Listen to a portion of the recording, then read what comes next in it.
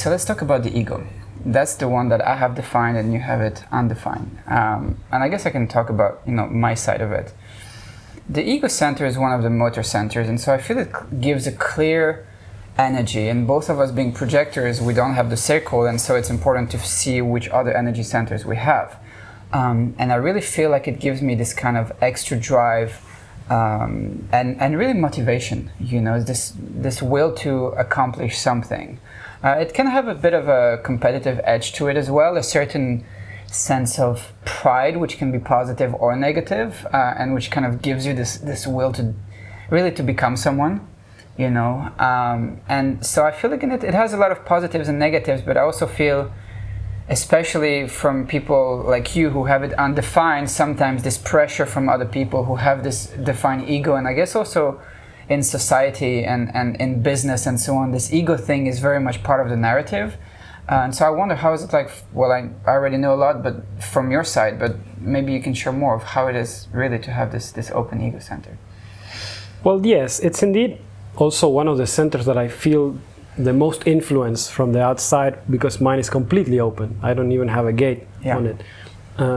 So you can feel like you have this pressure to become someone, to make a name for yourself. That's something that you need to do in your life. And when you have an open ego, really you have nothing to prove. Like life should just be an experience, a journey that you go through, and there's nothing that you really need to do there. And I can feel when I have a defined ego, like perhaps even talking with you, like I have this pressure. It can be even a little bit irritating to be correct in the way that I interact with women, or in the way that I do business, or whatever that is. That I have to do it in a certain way. It has to have a certain way that it has to be done. But if I tune into the openness of that ego, it's more like, just do it your way. It's fine. There doesn't need to be like an achievement that needs to be crowned for you to be worthy. I wonder how that feels for you, if there's a worth. Because worth is a big word for the ego center.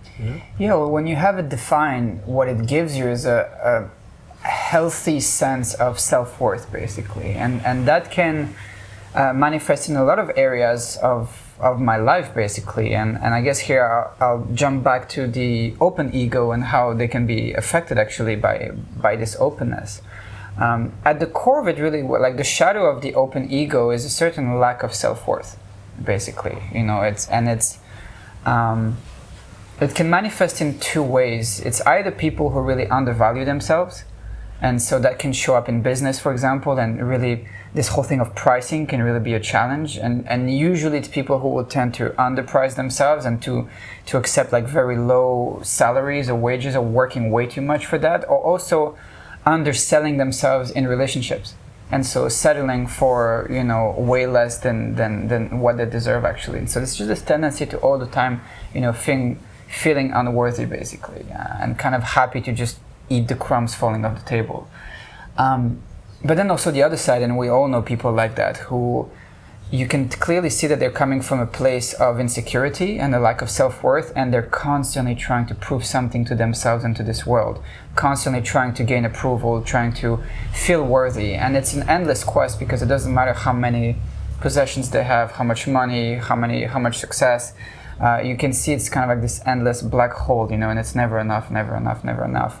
And it's funny, we have the example of Michael Jordan, like he made a whole career, basically, and there are other aspects of his profile which make sense as well there, but him having an open ego, it's like, well, some of the most competitive people we can think of will have an open ego, exactly because they're trying to overcompensate. Do you feel like maybe when that ego would be defined, there is a more healthy expression of that, in the sense that it does get satisfied at some point, and the open ego has like an endless thirst?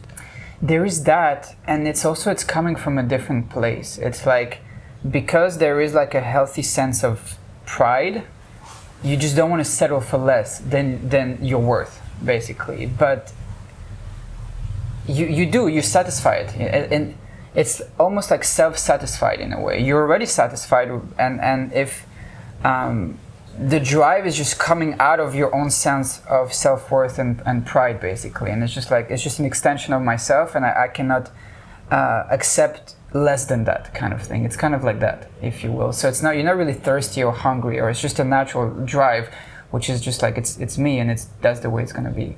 Or I feel like the openness is kind of like hungry and thirsty for this thing. And actually, the open ego, you mentioned it already, the open ego is meant to be completely free of those pressures.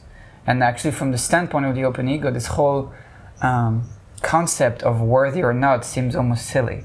You know, it's a very human, and biologically it's the physical heart, and so it makes sense also being connected to that. You know, our heartbeat is literally what is keeping us alive, and it's this human ego construct, you know, and when you don't have it, you're kind of not really meant to participate in this kind of trip. Yeah. The most important question, if you have an undefined ego, whenever you're doing anything, is like, are you trying to prove something? Yeah. No, that's the question you should ask yourself all the time, and I have to do it myself constantly. You know, like, why am I stretching or pushing the extra mile, or irritating or overstretching myself? You know, am I trying to prove something when I don't need to? Yeah. With the openness, you're meant to be free of that pressure, and so whatever you do is just coming from whatever you have in your other centers as well. You know, but whether it's your intuition telling you to do that, or your root, which is putting a certain pressure on you, or whatever it is. But it's meant to come from just a natural wish to do it, you know, rather than proving anything to whether it's yourself or someone else or the world at large. Yeah, that's good.